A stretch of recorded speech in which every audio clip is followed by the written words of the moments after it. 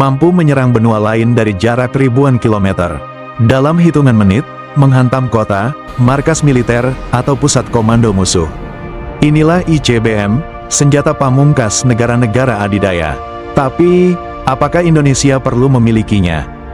Apakah Indonesia butuh rudal ICBM, Intercontinental Ballistic Missile?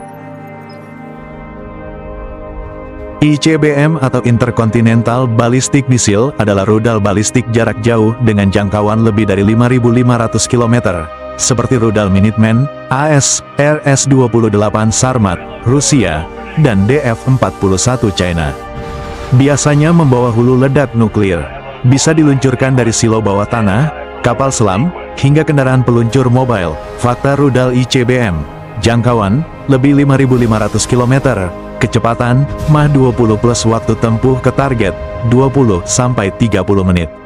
Akurasi, sangat tinggi, bisa mengenai target radius kurang dari 100 meter. Di dunia ini, hanya segelintir negara yang memiliki senjata paling ditakuti di muka bumi, rudal balistik antar benua, atau ICBM.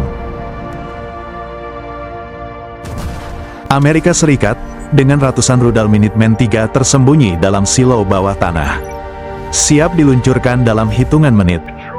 Rusia, sang pemilik persenjataan nuklir terbanyak di dunia. Rudal 28 RS Sarmat mereka dijuluki Satan II, karena daya hancurnya bisa menghapus satu negara dari peta. Tiongkok, bangkit dengan DF-41, rudal mobile yang bisa membawa banyak hulu ledak sekaligus. Modern, fleksibel, dan terus berkembang. India, meski belum resmi menyandang status nuklir global, terus menguji rudal Agni V demi menjaga kestabilan kawasan Asia Selatan. Dan terakhir, Korea Utara, negara tertutup yang dengan bangga memamerkan rudal Hwasong-17 meski dunia masih meragukan keefektifannya. ICBM bukan sekadar alat perang, ia adalah simbol supremasi, senjata pemusnah massal, sekaligus kekuatan politik tertinggi yang pernah diciptakan manusia. Bagaimana dengan Indonesia adalah negara non-nuklir? Kita juga bukan anggota negara adidaya atau fakta militer besar seperti NATO. Jadi, perlukah Indonesia dengan ICBM?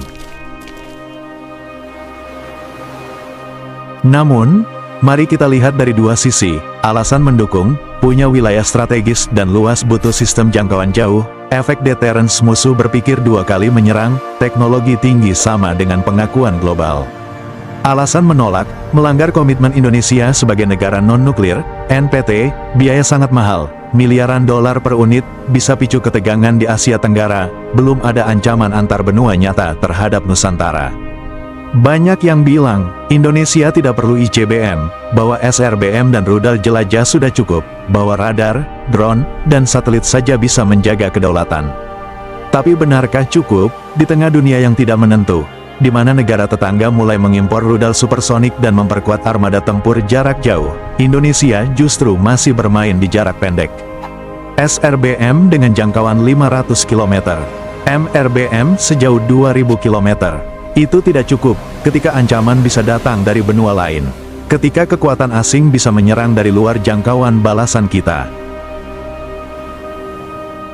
Tanpa ICBM, Indonesia tidak punya taring strategis global, kita tidak bisa menekan, hanya bisa bertahan. ICBM bukan sekadar alat tempur. Ia adalah kartu truf, senjata pemukul pamungkas yang membuat negara lain berpikir 1000 kali untuk memulai perang. Dan jika dibangun dengan prinsip transparansi, bukan agresi, ICBM bisa menjadi penyeimbang, bukan pemicu perang. Saat dunia bicara dalam bahasa kekuatan, maka hanya negara yang punya tombol balasan jarak jauh, yang didengar dengan serius. Mari bayangkan, jika Indonesia tiba-tiba punya ICBM, apa yang terjadi? Dampak positif, hipotetis, daya gentar meningkat drastis, Indonesia masuk elit global militer. Intinya, ICBM bukan hanya soal teknologi, tapi soal konsekuensi global. Resiko akan kita hadapi. Di kawasan ASEAN khawatir hubungan regional terganggu, tekanan dari AS, Tiongkok, Rusia, kemungkinan sanksi internasional karena pengembangan nuklir, dan dianggap Indonesia melanggar komitmen non-proliferasi.